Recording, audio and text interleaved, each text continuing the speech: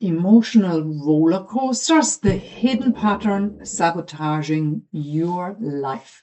So most adults, about 70 to 80%, according to science, experience stress-triggered emotional roller coasters. So we're talking about behaviors like anxiety spirals, people pleasing and then crashing afterwards. We're talking about anger loops and many, many, many, many more patterns like that interfering with your emotional life and with your well-being.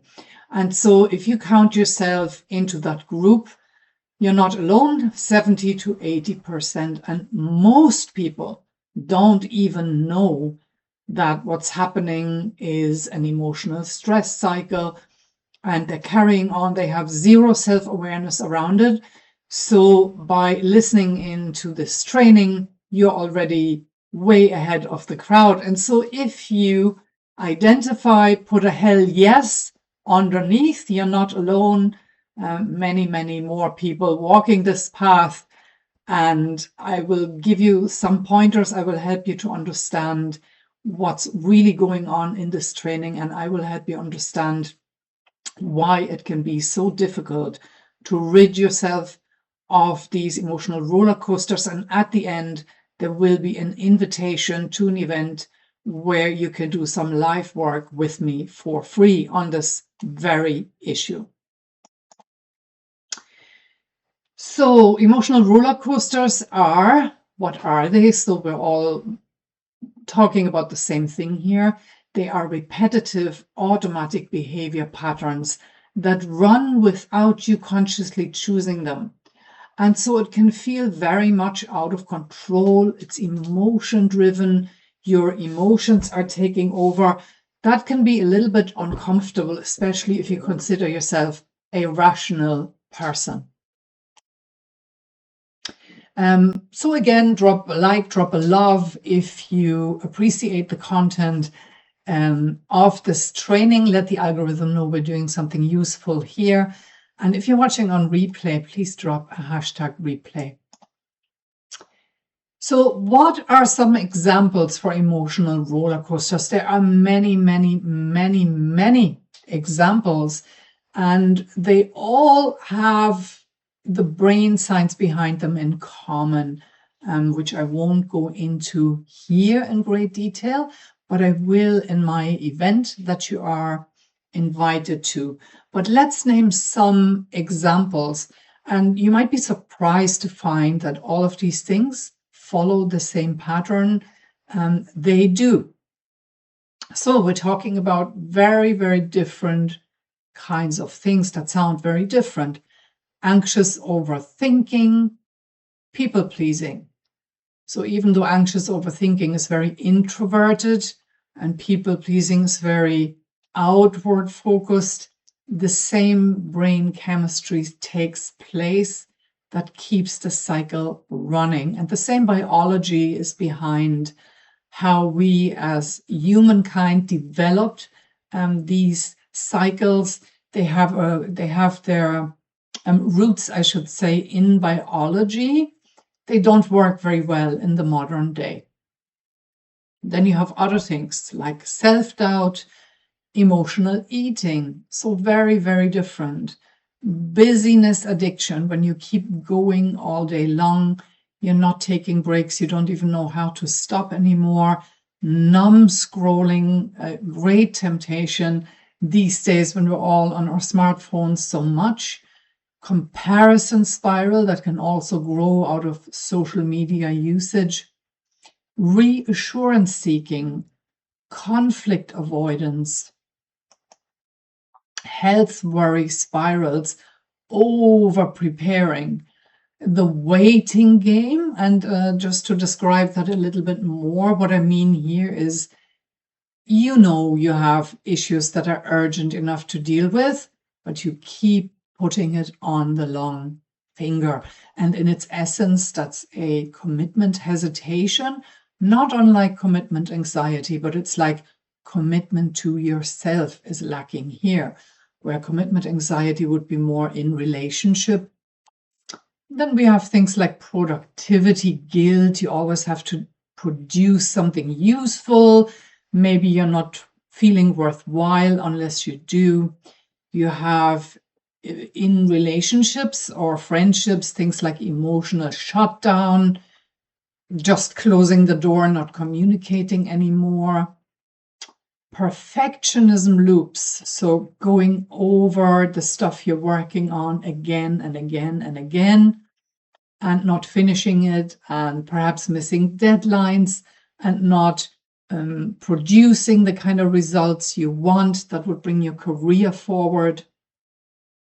And also other, maybe more familiar things like impulse spending in an attempt to make you feel better about things that are not going so well in life right now. Micromanaging in an attempt to control control other things that maybe don't have to do necessarily with the issues you're micromanaging, but it's like an attempt to feel in control when really deep down you don't. Over responsibility. I've spoken about that in this group before, where you're taking responsibility for other people, for what should be other people's responsibility, but you eagerly take it on and you don't think twice about it.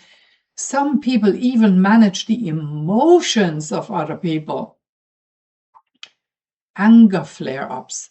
So when anger becomes a go-to behavior that feels out of control, where you're just flying off the handle, where you're snapping, where you're saying something that you later regret. Social media validation seeking. So looking for the likes, looking for the loves, like I am right now, looking for likes and looking for loves, but in a more, what's the word, compulsive kind of a way, where you need that to validate how you feel about yourself. It's only then when you get the likes and the loves that you can feel good about yourself for a little while. And then you have to ask over and over again. Jealousy checking. So this would be in relationship when you're micromanaging. We just talked about micromanagement. Somebody else's relationships that are none of your business, and you may be checking their smartphone, you may be checking their messages, suspecting that they're doing something to break the contract you have with them in relationship. Jealousy, possessiveness over somebody else. And that's a controlling behavior. So again, you're trying to control something that's really none of your business to control. Catastrophizing, always thinking of the worst possible outcome. Decision paralysis, fix-it mode. So that's where you're stuck in, one thing breaks after another and you have to fix one thing after another. Moral high grounding. So really getting stuck in that you can only feel good about yourself if you look down on others, essentially, and you take the moral high ground. So probably quite aloof people trying to feel better about themselves in that way. And you can see so many different, so very different, and so many examples for that. Relationship monitoring, perfectionism loops, that's more familiar, where you're going over the stuff again and again. Impulse spending, quite familiar. Proving your identity over and over. Control through routines. So I think that's something that's underestimated. So when you have compulsive little routines like washing your hands too much, too much in quotation marks, where it really, because it's all very relative, but if it feels too much to you, then it may be a control-driven behavior. Over-explaining yourself. Now, this is something that's really common in Ireland. There are many, many people here who will over-explain themselves.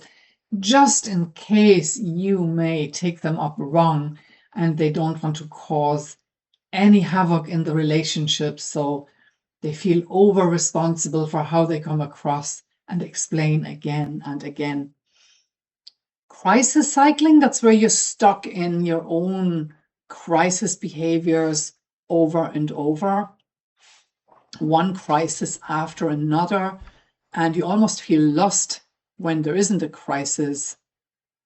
Avoidant humor, that's quite a popular one, where if there's a crisis, they don't deal with it, they go to humor and they avoid. Withdrawing isolation cycle, that can happen in response to something negative, some challenge, some negative trigger. Some people go into isolation. And so just for you to understand that the emotional roller coasters that you may have now identified as we went through all the different options, all the different patterns on my list, which is not exhaustive by any means. Your roller coaster may fall outside of what we've discussed, just to acknowledge that.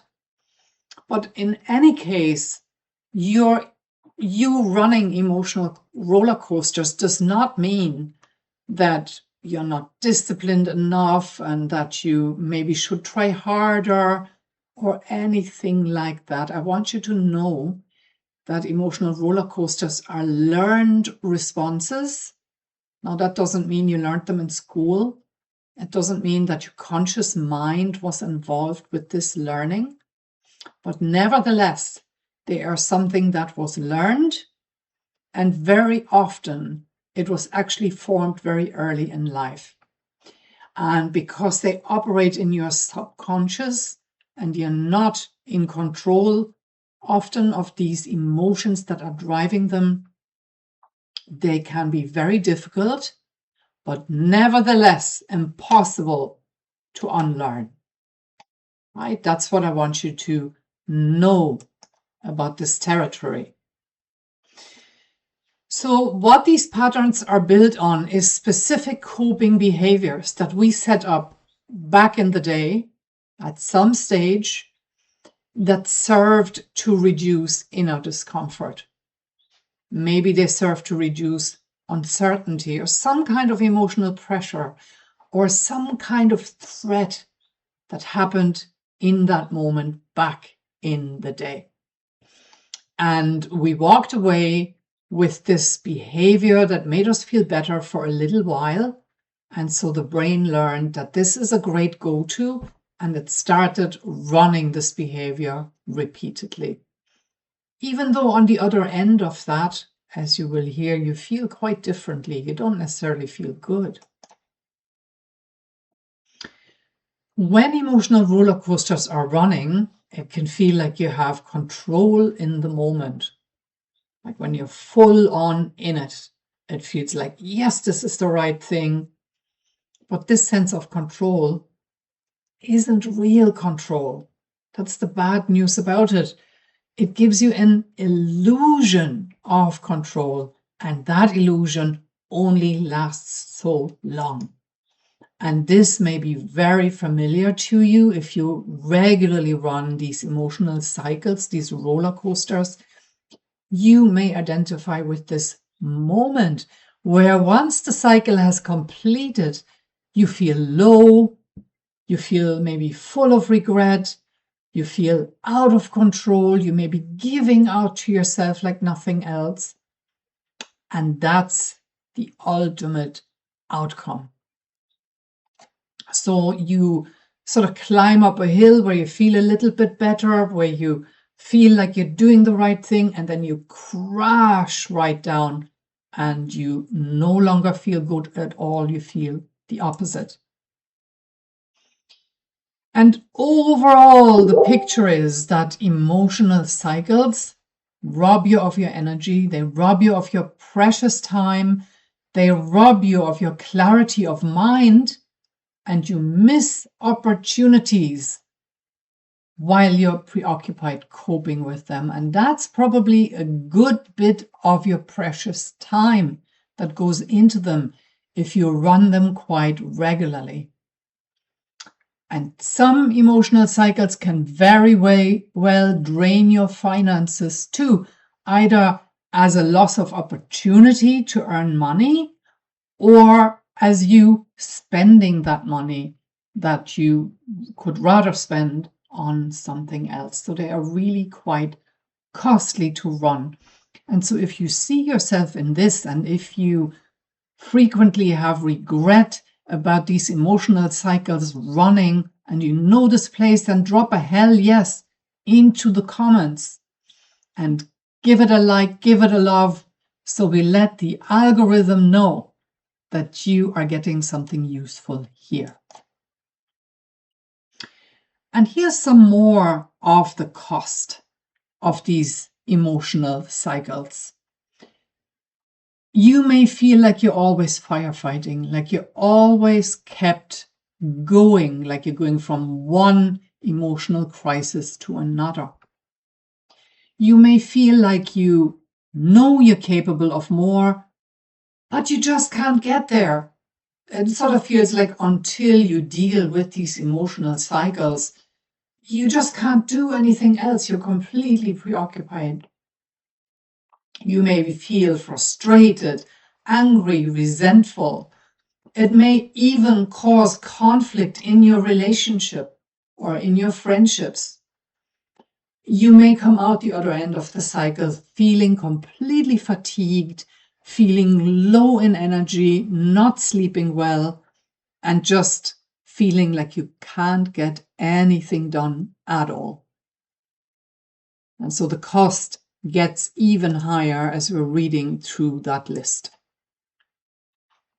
And meanwhile, while all of this is unfolding, while all of this is going on, in the background, your real needs, your real wants, your real limits, boundaries, or other issues that are urgently crying out to get some attention from you remain unexpressed, unclaimed, unfelt, ignored while you're preoccupying with these emotional cycles.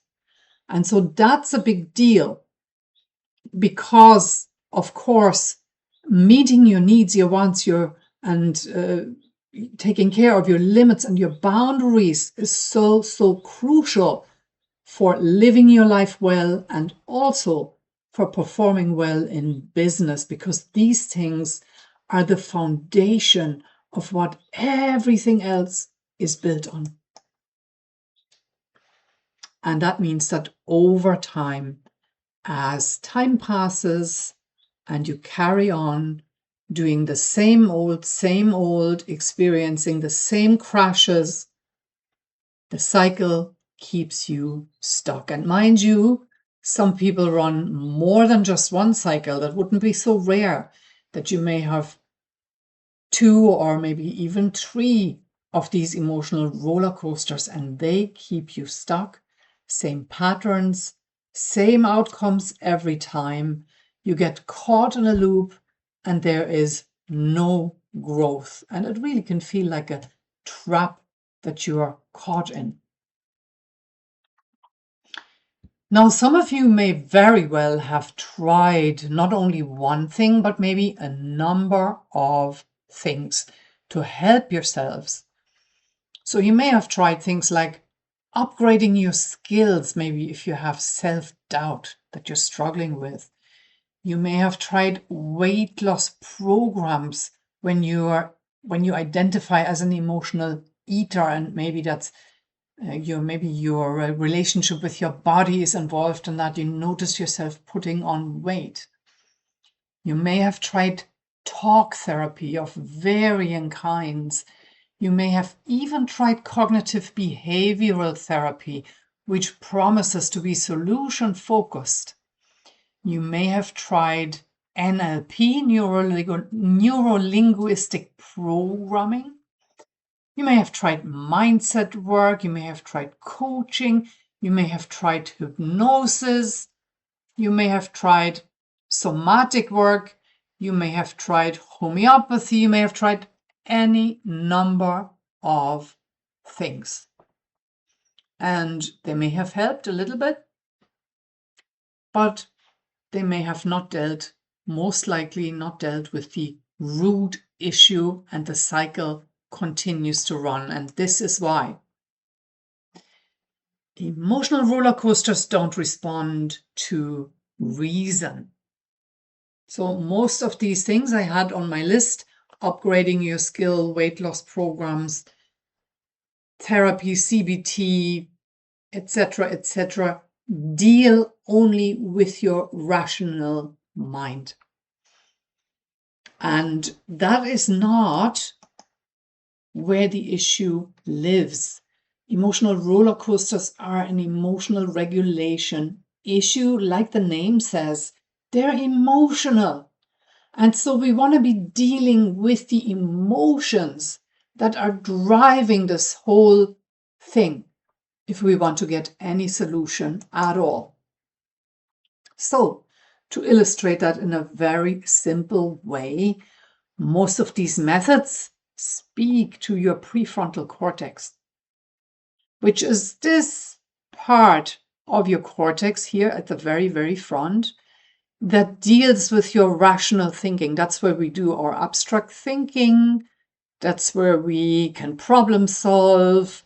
That's where we work things out, make a plan, have a strategy, and so on. While the emotional issues I'm talking about live in the limbic system. And these are quite old. They will be encoded in there in a certain way. And now the limbic system doesn't do rational thinking. The limbic system doesn't even speak language. So to cooperate with the limbic system, or rather to get it to cooperate with you, you need a totally different approach. Talking to it or saying your affirmations and changing the way you think will only have limited access to the limbic system. And in times of highly charged emotions, all of that can be very quick to go out the window. Severe and persistent emotional roller coasters almost always reflect a nervous system that at some point had to adapt to chronic emotional threat, to misattunement, to instability, or some difficult experience, maybe of a different nature. Very often this goes back as far back as childhood, but it's not always in very obvious or very extreme ways. It may be trauma. That's possible that there is some trauma there, but it doesn't require trauma to trigger and run repetitive emotional roller coasters in adult life.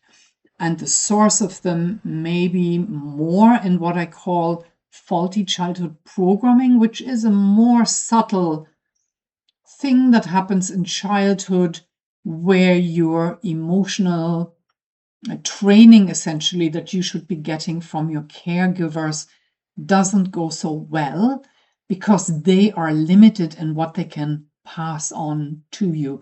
They may be emotionally immature and they just have so much to give. And then, of course, you can't learn from them very well because they have nothing else to give. And here's the big problem when you come away from a childhood with faulty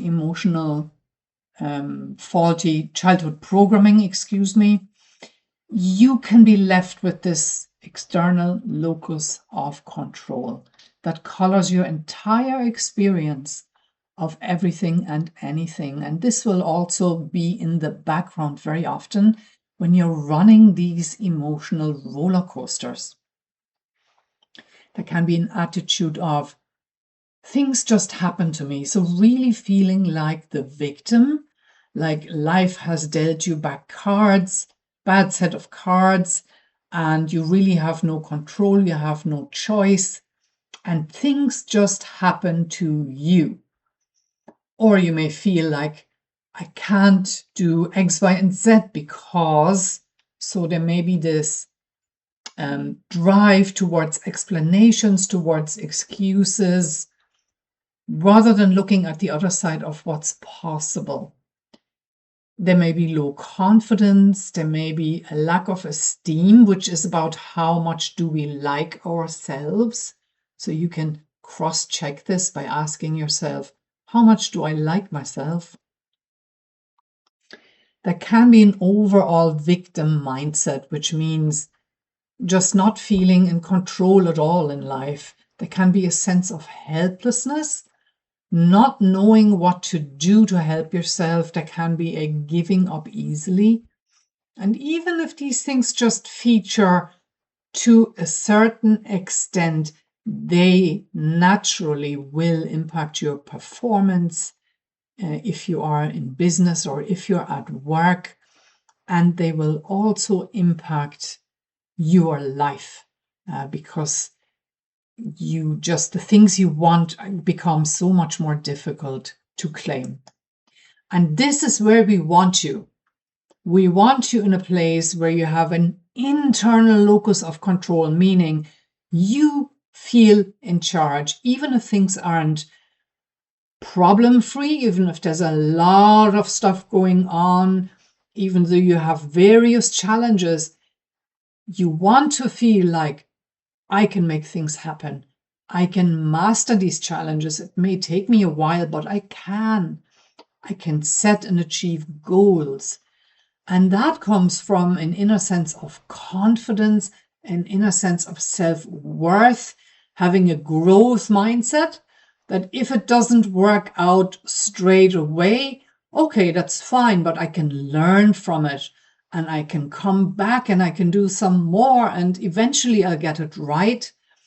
And it comes from a sense of feeling in control of yourself, that you can learn, you can improve, you have control of your emotions, at least to a large extent. And you have that grit as well that's needed to drive this internal locus of control. Grit meaning you don't give up at the smallest little challenge, but you know things can get tough, and that's okay by you because you know you have the stamina to keep going. So this is the desirable list, and that's where we want you. But how do you get there? So you don't get there by chance. And here in this training, I want to alert you about a free opportunity I have available next week from April 28th to April 30th. And that's the Emotional Roller Coaster Workshop. I'll be running it for the second time, only for 3 nights this time. It is an improved version of what I did in January. It will be less heavy on the theory side, much more hands-on, and quite intense at that, quite concentrated at that is what I mean. So you should get a lot out of these 3 nights. And what I will do is I will drop a registration link into the comments underneath this video. So from the comments underneath this video, you can go ahead, you can register for this workshop, which means you will be entering your email address, and my email system will send you all the important event information. Righty. Oh, so what is the Emotional Roller Coaster Workshop about? What can you expect? You will learn how your emotional cycle operates based on brain science. So you will learn to identify the different stages, what happens at the different stages, and you'll be able to sort the different things that occur during the cycle into those stages. So we'll be building a detailed map. You will learn about the hidden emotions also, that happen underneath all of that, and the hidden needs running underneath the emotional cycle. So there's a lot of understanding that will come your way, which will help you already just from that understanding point of view, because it's very, very solid model that I use. It's all science-based. The understanding alone will help you to feel more in control when the cycle is running. You will understand what's happening when it's running. But it doesn't stop there, what we're doing on the workshop, because I will also show you ways that you can work with the emotional side underneath this cycle in such a way that it will make a felt difference, that you will notice that something is changing for the better here, that you're feeling relief, that you feel differently about things. I will show you those ways on the workshop. And when you apply them regularly, bring them into your life with you. That will also help you to feel like you're in control once again, taking control back from the cycle and helping you move past it. So that's an ambitious goal for those 3 days of the workshop. I believe I can deliver that, and I'd be delighted if you joined me for those 3 nights. It's 3 evenings, 90 minutes per evening out of your precious time. And this is the last statement to make about this workshop.